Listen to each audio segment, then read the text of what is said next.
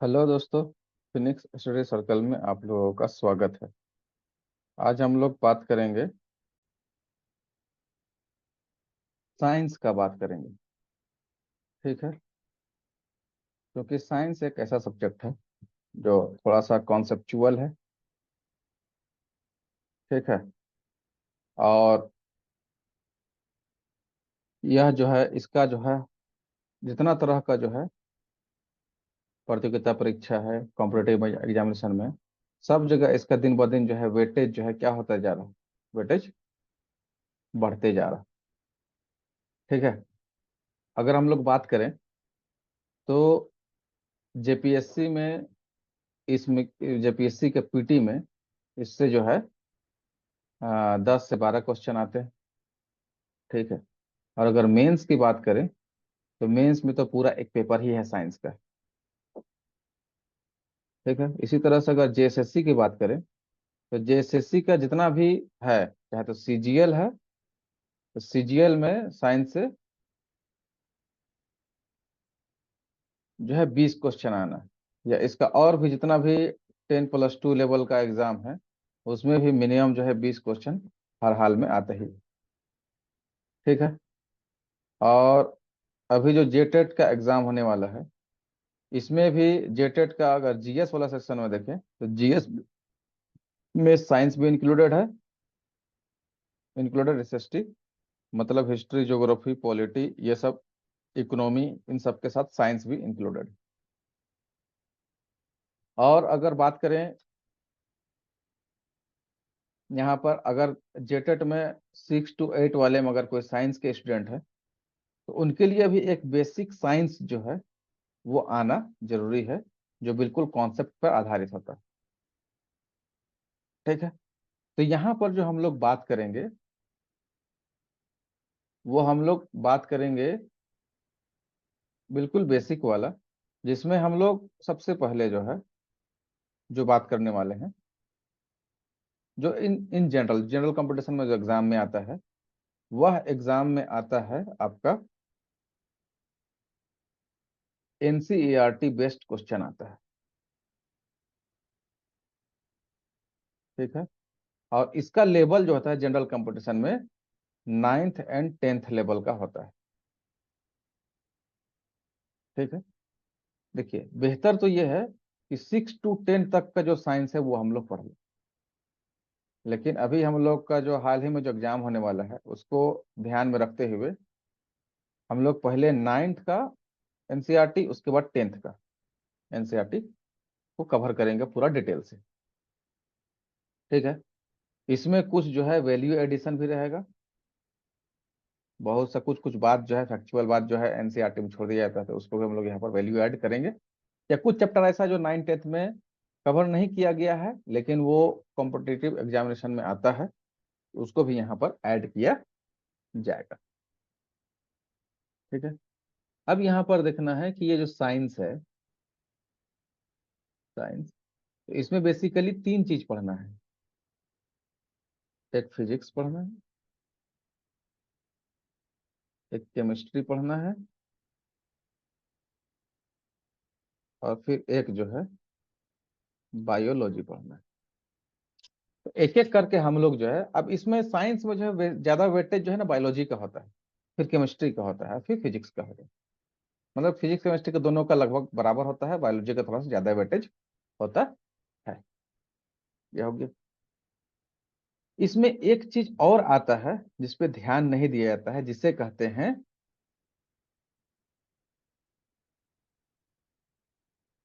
Science and technology. मतलब अभी जो है वर्तमान में जो है, जो तकनीकी विकास हो रहा है वर्तमान में, तकनीकी विकास है ना साइंस में, उसको हम लोग को पढ़ना है। जैसे किस तरह का तकनीकी विकास, तो देखिए, तकनीकी विकास यहाँ पर सबसे पहला जो है, जैसे स्पेस के फील्ड में, माने अंतरिक्ष में,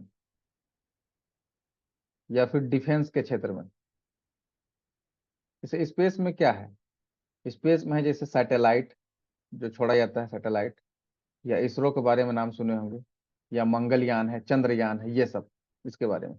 डिफेंस में बेसिकली जो मिसाइल के बारे में पढ़ना है और इससे रिलेटेड जो भी संबंधित साइंस एंड टेक्नोलॉजी में डेवलपमेंट है, वो इसमें एक डीआरडीओ संस्था है, उसके बारे में पढ़ना है। इसी तरीके से कंप्यूटर एंड एप्लीकेशन या इंफॉर्मेशन टेक्नोलॉजी इसको कहते हैं, आईटी। इसमें तो इसमें कंप्यूटर का टेक्नोलॉजी अलग, और फिर इसी में मोबाइल टेक्नोलॉजी भी है। ठीक है। इसी तरीके से है एक बायोटेक्नोलॉजी। बायोटेक्नोलॉजी,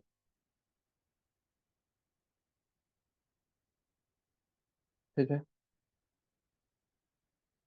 तो इस तरह से जो है कुछ जो यहाँ पर आप लोग को डिस्कस किया गया है, ये कुछ चीजें हैं जो हम लोगों को जानना है। उसके अलावा जो बेसिक हम लोग साइंस पढ़ते हैं उसको, लेकिन ये जो साइंस एंड टेक्नोलॉजी है ना, इसको समझने के लिए इसका कॉन्सेप्ट का क्लियर होना यहाँ पर फिजिक्स केमिस्ट्री बायोलॉजी का, ये बेसिक कॉन्सेप्ट का क्लियर होना यह ज्यादा जरूरी है। ठीक है। तो आज हम लोग शुरू करेंगे नाइन्थ क्लास का एनसीईआरटी, जिसमें उसका चैप्टर 1 जो है वो हम लोग शुरू करेंगे। और उसका चैप्टर 1 जो है वो है मैटर इन आवर सराउंडिंग। ये हम लोग आज पढ़ेंगे, हमारे आसपास के पदार्थ। अच्छा, ये देख लीजिए, ये बाइलिंगुअल होगा। ठीक है। हम आपको हिंदी में पूरा समझा देंगे, लेकिन इसमें है कि नोट्स इंग्लिश में है। अगर किन्हीं को नोट्स का जरूरत है, अगर किन्हीं को लगता है कि नोट्स, तो आप कमेंट बॉक्स में बताइएगा कि अगर किन्हीं को हैंड रिटन इस तरह का नोट्स जो यहाँ पर लिखा हुआ है, ठीक है, अगर चाहिए हिंदी या इंग्लिश किसी में भी, तो आप जो है मैसेज करके बताइएगा, आपको ये अवेलेबल कराया जाएगा। इसमें जो भी सुटेबल प्राइस होगा वो आपको उसी में बता दिया जाएगा, हाँ इसमें कितना प्राइस लगेगा आपको किसी चीज़ का नोट्स के लिए। अगर केमिस्ट्री के चाहिए अलग से तो केमिस्ट्री का मिल जाएगा, फिजिक्स का या फिजिक्स का, या बायोलॉजी का या तो बायोलॉजी का। और अगर तीनों का चाहिए तो तीनों का भी आराम से मिल जाएगा, बिल्कुल आसान भाषा में, और ऐसा कि बिल्कुल आपको समझ में वो आएगा। ठीक है। तो चलिए हम लोग स्टार्ट करते हैं। तो आज का पहला है कि मैटर इन आवर सराउंडिंग। तो मैटर मतलब पदार्थ के बारे में पढ़ना है। तो एक बात यहाँ पर कॉन्सेप्ट शुरू से करते हैं कि जितना भी जो भी चीज है ब्रह्मांड में, ठीक है, यूनिवर्स में, everything in this universe is made up of material. उस मटेरियल का नाम है मैटर। इस ब्रह्मांड में जितना भी चीज है वह किस चीज से बना है? तो मैटर से बना है। तो फिर वैज्ञानिक लोग इसको डिफाइन किया और बोला कोई भी ऐसा चीज जो स्पेस ऑक्युपाई करता है, या इसको कहते हैं स्थान घेरना, जो स्थान घेरता है और उसके पास कुछ मास है, उसको कहते हैं कुछ द्रव्यमान है, उसको हम लोग मैटर कहेंगे।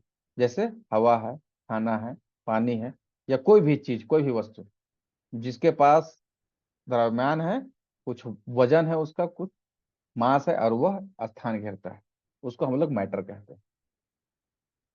ठीक है। तो देखिए, अब यह जो मैटर है, यह जो मैटर है, ये जो मैटर, देखिए एक चीज यहाँ पर थोड़ा सा कॉन्सेप्ट समझ लीजिए, खाली सिर्फ केमिस्ट्री का, एक लाइन में। केमिस्ट्री, आखिर केमिस्ट्री में ऐसा क्या है कि हम लोग इसी तरह का चीज को पढ़ते हैं? तो केमिस्ट्री में बेसिकली जो पढ़ा जाता है वह वस्तुओं के संगठन के बारे में पढ़ा जाता है। संगठन कहते हैं कंपोजिशन, कि कोई भी वस्तु किस चीज से मिलके बना है ना, कोई भी वस्तु है वह जो है किन किन चीजों से मिलके बना है। ठीक है। किन किन चीजों से मिलकर बना है। ठीक है। अभी आगे बता, इसीलिए हम लोग सबसे पहले कहाँ से बात किए, कोई भी चीज का बना है तो किससे बना है? मैटर से बना है। अब आगे हम लोग बात करेंगे, मैटर भी कुछ चीज से मिलके बना है, कुछ पार्टिकल से मिलके बना है। और उस पार्टिकल का नाम फिर आगे साइंटिस्ट लोग इसका नाम देगा एटम। और फिर एटम भी किसी से मिलकर बनेगा, उसका अलग आएगा, फिर वो किसी चीज से मिलकर बनेगा। तो इस तरह से जो है अभी इसमें रिसर्च चल ही रहा है, आगे अभी बात इसमें आएगा। यहाँ तक समझ में? चलिए, अब देखिए यहाँ पर थोड़ा सा जो है हम लोग को अपना जो है कुछ है इंडियन फिलोसफी, है ना, भारतीय दर्शन, इसके बारे में भी थोड़ा सा जान लेना है कि भारतीय दर्शन में मैटर या पदार्थ के बारे में क्या कहा गया है। तो इसमें कहा गया है कि जो भी पदार्थ है वह जो है किससे बना है, पंच तत्वों से मिलकर बना है। सभी सजीव और निर्जीव चीजें इन पंच तत्वों से मिलकर बनी है ना। Everything living and non living things are made up of पंच तत्व। अब पंच तत्व मतलब पांच तत्व, तो पांच तत्वों में आता है हवा, पृथ्वी, अग्नि, आकाश एंड जल। मतलब air, earth, fire, sky and water, ये पांच चीज से मिलकर बना है। ठीक है, इसको पंच तत्व कहते हैं। ये इंडियन फिलोसफी की बात की, साइंस का बात होती है। अब यहाँ पर बात करेंगे मॉडर्न साइंस का। तो मॉडर्न साइंस में इस मैटर को मैटर को कैसे डिफाइन किया गया। तो मैटर को अभी बताएं, इसका क्लासिफिकेशन इसके फिजिकल और केमिकल प्रॉपर्टीज के आधार पर किया गया है, वो आगे देखेंगे। लेकिन इसका फिजिकल नेचर जो मैटर का है, जिसमें कहता है मैटर जो है किससे बना है, किसी पार्टिकल से बना है, जिसको एटम्स या मॉलिक्यूल्स कहते हैं। ठीक है, तो अब जो ये मैटर है, ये जो मैटर है, यह मैटर जो है, इसको क्लासिफिकेशन करते हैं। तो किस आधार पर करेंगे, तो फिजिकल यानी भौतिक आधार पर, या फिर इसके रासायनिक आधार पर। अब यहाँ पर जो है दो चीज है, भौतिक और रासायनिक। तो ये गुण है, भौतिक गुण और रासायनिक गुण। भौतिक गुण कहते हैं जिसको हम लोग देख सकते हैं, ठीक है, और जिसको टच कर सकते हैं। और रासायनिक गुण को सिर्फ फील किया जा सकता है। ठीक है, इसमें भौतिक गुण में समझ लीजिए कि इसमें जो ये भौतिक गुण है, ये अवस्था का, स्टेट्स का बात करेगा, किस अवस्था में है, किस स्टेट्स में है। और रासायनिक गुण जो है ना, वो असल में किसका, कंपोजिशन का बात करेगा, संगठन का। ठीक है, तो भौतिक गुण में जैसे आ जाएगा इसका शेप एंड साइज, आकार, इसका कलर, इसका ऑर्डर यानी गंध, स्मेल, इस तरह का ये चीज। और रासायनिक गुण में क्या आएगा, तो रासायनिक गुण में आ जाएगा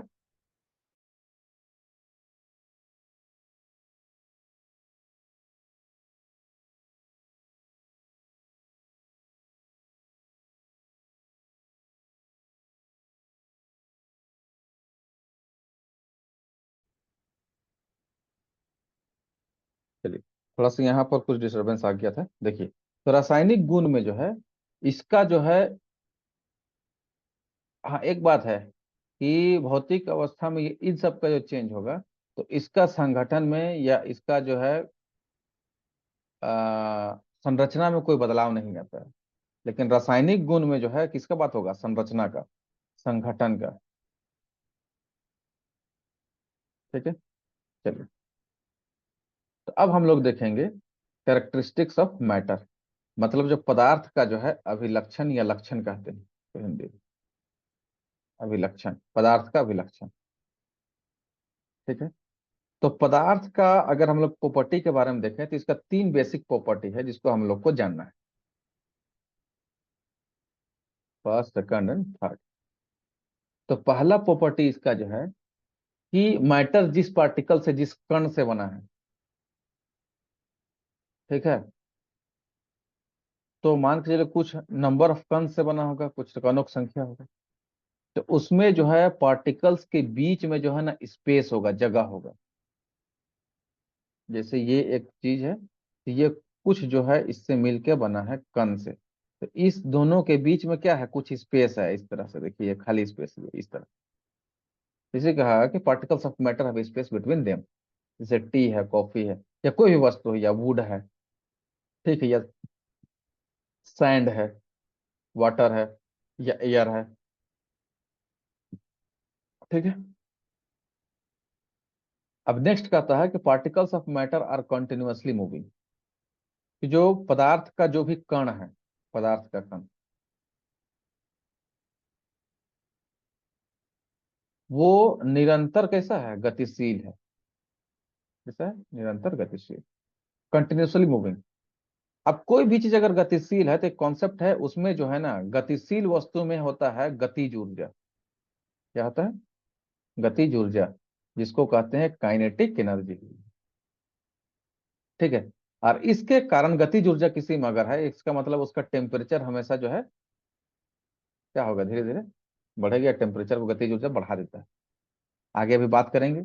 और इसी के कारण जो है एक प्रोसीजर है जिसका नाम है डिफ्यूजन या विसरण, यह जो है संभव हो पाता है। अब विसरण क्या है, तो विसरण को यहां पर समझ लीजिए कि इंटरमिक्सिंग ऑफ पार्टिकल्स, कणों का जो है इंटरमिक्सिंग, माने उसका एक दूसरे में विलय होना, of two different types of matter on their own equal diffusion. मतलब दो भिन्न प्रकार का जो पदार्थ है वो दोनों आपस में मिक्स हो जाता है। जैसे, जैसे एक है वाटर, लिक्विड है, और एक है शुगर, ये सॉलिड है। ये दोनों आपस में क्या हो जाता है, जब इन दोनों को मिलाते हैं तो घुल जाता है और शरबत का फॉर्मेशन देता है। ठीक है। इसी कहा कि ये दोनों आपस में जो मिल गए ना, intermixing particles of two different types of matter, ये इसी की बात करें, उसी को डिफ्यूजन कहते हैं। ठीक है। दो भिन्न प्रकार के पदार्थों के कणों का आपस में विलय को ही क्या कहते हैं, विसरण या डिफ्यूजन कहते हैं। अगर हम इसको हीट करेंगे तो डिफ्यूजन का होगा, तेज हो जाएगा। ठीक है। ये सेकंड हो गया। थर्ड इसका कैरेक्टरिस्टिक है, वो है particles of matter attract each other. अब जो पार्टिकल है किसी भी मैटर का, जैसे मान के चलिए इसमें तीन पार्टिकल, इस मैटर, तो इसमें ये जो आपस में क्या करेंगे, एक दूसरे को अपने तरफ अट्रैक्ट करेंगे, इस तरह। तो इससे क्या होगा, वो कीप्स द पार्टिकल्स टुगेदर, इससे ये तीनों जो है कण जो है आपस में क्या है, जुड़े रहेंगे बिल्कुल। ठीक है। और ये अट्रैक्शन, ये जो अट्रैक्टिव फोर्स है, आकर्षण बल है, यह जो है एक मैटर से दूसरे मैटर में, या एक तरह के मैटर से दूसरे तरह के मैटर में, या भिन्न प्रकार के पदार्थों में इसका जो है क्या होगा, भिन्नता आएगा उसमें, उसमें वेरी करेगा। ठीक है, ये अट्रैक्शन फोर्स। तो यहाँ पर तीन करेक्टरिस्टिक्स देखें कि पार्टिकल्स ऑफ मैटर के बीच में क्या होता है, स्पेस होता है। दूसरा देखें कि particles of matter continuously move कर रहे हैं, मूविंग है। और पार्टिकल्स ऑफ मैटर के बीच में, पदार्थों के कणों के बीच में अट्रैक्टिव फोर्स है या आकर्षण बल कार्य करता है। ये तीन प्रॉपर्टी को हमको याद रखना है। ठीक है। चलिए, अब इसके बाद जो है हम लोग स्टेट्स ऑफ मैटर या क्लासिफिकेशन ऑफ मैटर के बारे में बात करेंगे। ठीक है। तो यहाँ पर चलिए इसको देख लेते हैं। तो देखिए, क्लासिफिकेशन ऑफ मैटर हम लोग बात करते हैं कि अभी ऊपर बताया गया था कि क्लासिफिकेशन ऑफ मैटर या पदार्थों का जो वर्गीकरण है, पदार्थों का वर्गीकरण, यह जो है दो आधार पर किया गया है। एक फिजिकल मेथड या भौतिक विधि कहते हैं, और एक केमिकल मेथड यानी रासायनिक विधि। ठीक है।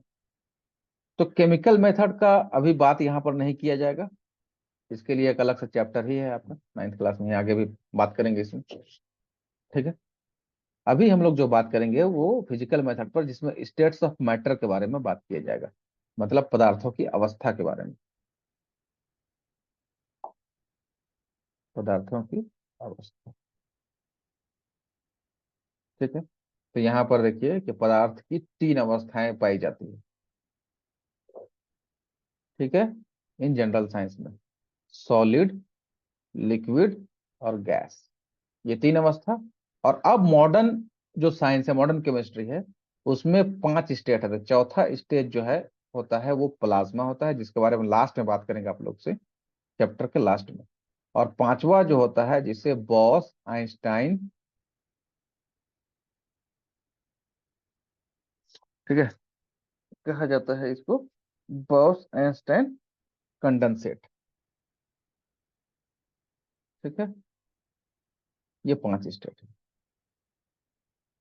तो पहले हम लोग जो है इन तीनों स्टेट के बारे में पढ़ेंगे, उसके बाद जो है इन चौथा और पांचवा स्टेट के बारे में बात किया जाएगा। ठीक है, तो पहले सॉलिड स्टेट के बारे में बात करते हैं। तो पदार्थ का जो सॉलिड स्टेट है वो क्या है? तो देखिए, जो सॉलिड है सबसे पहले, तो वो कैसा होता है? रिजिड होता है, कठोर होता है। और इसका डिफिनिट शेप होता है, निश्चित आकार होता है। इसका फिक्स वॉल्यूम होगा, माने आयतन इसका निश्चित होगा। और डिस्टिंक्ट बाउंड्रीज होगा, मतलब इसका बाउंड्री या जो किनारा होता है वह जो है इसका बिल्कुल क्लियर होगा कि हाँ, समझ में आया कि ये इसका किनारा है। ये चार इसका क्वालिटी है। सॉलिड कठोर होता है, इसका निश्चित आकार होगा, निश्चित आयतन होगा, और इसका जो है बाउंड्री भी निश्चित होगा। ठीक है, अब इसका एग्जांपल जैसे है स्टोन है, माने पत्थर है, लकड़ी है, या जो भी इस तरह का सॉलिड चीज है। अब यहाँ पर देखिए एक्सेप्शन में कुछ दिया जाए, जैसे रबर है, या शुगर या सॉल्ट है, या स्पंज है। तो क्या इसको हम लोग सॉलिड मानेंगे? तो बिल्कुल माने। जैसे रबर है, इसमें एक चीज रिजिडिटी है कि अगर इसको ज्यादा इस पे फोर्स लगाएंगे तो इसका आकार चेंज नहीं होगा, तो इसका जो है ना शेप जो है बदलेगा नहीं, बल्कि ये टूट जाएगा। ठीक है, इसको ब्रिटलनेस कहते हैं, वो टूट जाता है शेप चेंज होने से। तो इससे रबर है, रबर सॉलिड होगा कि नहीं होगा? तो रबर सॉलिड कहलाएगा।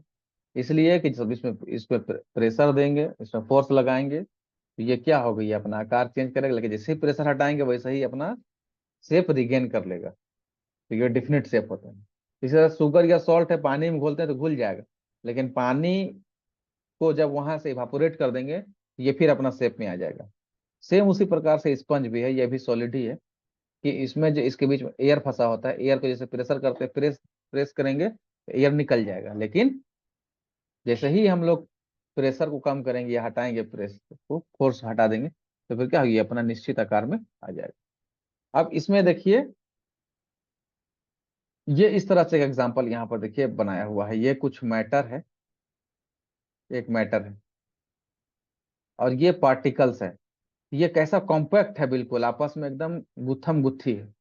तो ये हो गया, इसमें स्पेस जो है ना पार्टिकल्स के बीच में नहीं होता है। अब पार्टिकल्स के बीच में फ्री मूवमेंट भी नहीं होता है। तो इसलिए ये क्या है? ये सॉलिड है। ये सॉलिड कोई भी मैटर है उसका कैरेक्टरिस्टिक है, ये लक्षण में, प्रॉपर्टी। अब इसी तरह से लिक्विड का देखिए, लिक्विड में शेप इनडिफिनिट होता है, लेकिन वॉल्यूम फिक्स होता है। और ये रिजिड नहीं होता है, बल्कि ये फ्लो करता है और चेंज शेप करता है। तो फ्लो है, तो इसीलिए इसको फ्लूइड कहा जाता है, कि ये फ्लो करता है आसानी के साथ। ठीक है, अब देखिए, जो सॉलिड और लिक्विड है ना, या गैस, ये तीनों जो है डिफ्यूज कर सकता है किसमें? लिक्विड में। डिफ्यूज मतलब इंटरमिक्स हो सकता है, माने लिक्विड ऐसा है जो सॉलिड को भी इंटरमिक्स कर लेगा, या लिक्विड लिक्विड से इंटरमिक्स हो जाएगा, और गैस भी लिक्विड में इंटरमिक्स हो जाएगा। जैसे सॉलिड और लिक्विड का तो एग्जांपल है, शुगर या सॉल्ट जो है वाटर में मिक्स हो गया, और जो है वाटर को वाटर में ही मिक्स, तो ये तो नहीं, कोई भी लिक्विड को लिक्विड में इंटरमिक्स तो हो ही जाएगा। उसी तरीके से गैस है, कोई भी गैस, जैसे मान के चलिए हम लोग जो है ड्रिंक्स पीते हैं, कोई भी कोल्ड ड्रिंक्स है, तो उसमें क्या होता है? गैस को लिक्विड में इंटरमिक्स होता है, जैसे CO2 गैस को उसमें इंटरमिक्स कर दिया जाता है। ठीक है, तो ये कुछ एग्जांपल आप लोग को सामने रखती हैं। अब देखिए यहाँ पर का रेट ऑफ डिफ्यूजन जो होगा वो लिक्विड में वो हाइयर होगा देन सॉलिड। अब क्यों होगा?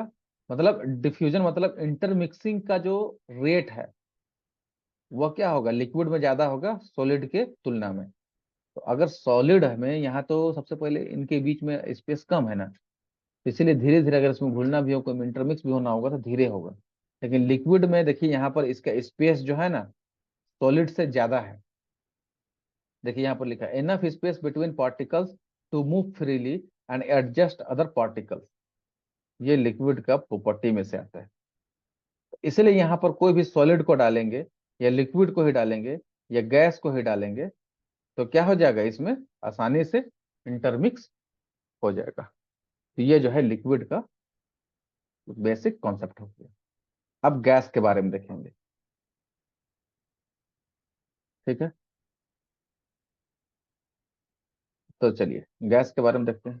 तो गैस में ना डिफिनिट शेप होगा, ना ही फिक्स वॉल्यूम होगा, और ये हाईली कंप्रेसेबल होगा, और डेंसिटी इसका लो होगा। अच्छा, गैस का सबसे ज्यादा कम डेंसिटी होगा। डेंसिटी में अगर कहें तो डेंसिटी सबसे ज्यादा सॉलिड का होगा, उसके बाद फिर लिक्विड का होगा 2 नंबर में, और डेंसिटी सबसे कम किसका होगा, गैस का। क्यों होगा? इसलिए कि इसमें जो पार्टिकल है उसके मॉलिक्यूल्स के बीच में जो है ना बहुत ज्यादा जो है क्या होगा, स्पेस होगा। और ये रैंडमली मूव करते हैं, particles of gases move randomly at high speed, very high speed. और इसी वजह से कंटेनर में जो है ना ये प्रेशर एग्जर्ट करते हैं। यहाँ पर एग्जर्ट करेगा, इधर करेगा, इधर करेगा या इधर करेगा, प्रेशर एग्जर्ट करेगा। ये आगे के क्लास में हम लोग पढ़ेंगे इसके बारे में डिटेल से। अब गैस क्या करता है, एक शो प्रॉपर्टी शो करता है डिफ्यूजन का, जो बहुत वेरी फास्ट होता है। अदर किसी भी गैस और लिक्विड से ज्यादा, लिक्विड और सॉलिड से ज्यादा जो है डिफ्यूजन का रेट जो है गैस का ज्यादा होता है, पहला बात। और दूसरा जो है इसका डिफ्यूजन का जो रेट है वो गैस में, किसी भी गैस में वो आसानी के साथ स्पीड में होता है, गैस का गैस में डिफ्यूजन। और यही वजह है कि कोई भी गर्म चीज जो होता है, गर्म चीज तो गर्म होगा किसी भी हीट, अभी हीट के बाद डिफ्यूजन में बताए थे कि अगर पार्टिकल्स को हम लोग किसी मैटर को अगर गर्म करते हैं, हीट करते हैं, तो उसका पार्टिकल्स जो है उसमें काइनेटिक एनर्जी बढ़ेगा, और उससे जो है उसमें जो है मूवमेंट उसका जो है क्या हो जाएगा, उसमें गतिशीलता बढ़ जाएगा। तो उसी तरह से अगर गैस का पार्टिकल्स को गर्म करेंगे तो गर्म रहेगा गैस, तो वो जो है दूर तक फैलेगा। तो इसीलिए हम लोग का गर्म खाना का खुशबू जो है दूर से ही समझ में आ जाता है। लेकिन वही ठंडा खाना रहेगा तो पास में जाकर उसको सूंघना पड़ेगा, तभी हमको समझ में आएगा कि हाँ ये इसका स्मेल कैसा है। लेकिन खाना है तो दूर से ही उसका स्मेल आ जाए। क्यों? क्योंकि उससे जो वेपर निकल रहा वो लिक्विड गैस में क्या हो गया, हवा में मिक्स हो गया, और वो मिक्स होकर हमारे नाक नाक तक जो है क्या हो गया, वो पहुंच जाता है। तो ये है कुछ गैस का बेसिक प्रॉपर्टी। ठीक है, तो आज हम लोग यहीं तक रखते हैं इस चैप्टर में। नेक्स्ट वीडियो हम लोग बात करेंगे स्टेट्स ऑफ मैटर का चेंजिंग के बारे में, कि चेंजिंग ऑफ स्टेट्स कैसे होता है, कैसे चेंज होता है, एक अवस्था से दूसरे अवस्था में कैसे मैटर जो है बदलता है, परिवर्तन होता है, उसके बारे में हम लोग बात करेंगे। चलिए, अगर आप लोग का वीडियो अच्छा लगे तो लाइक, शेयर और सब्सक्राइब जरूर कीजिए। Thank you.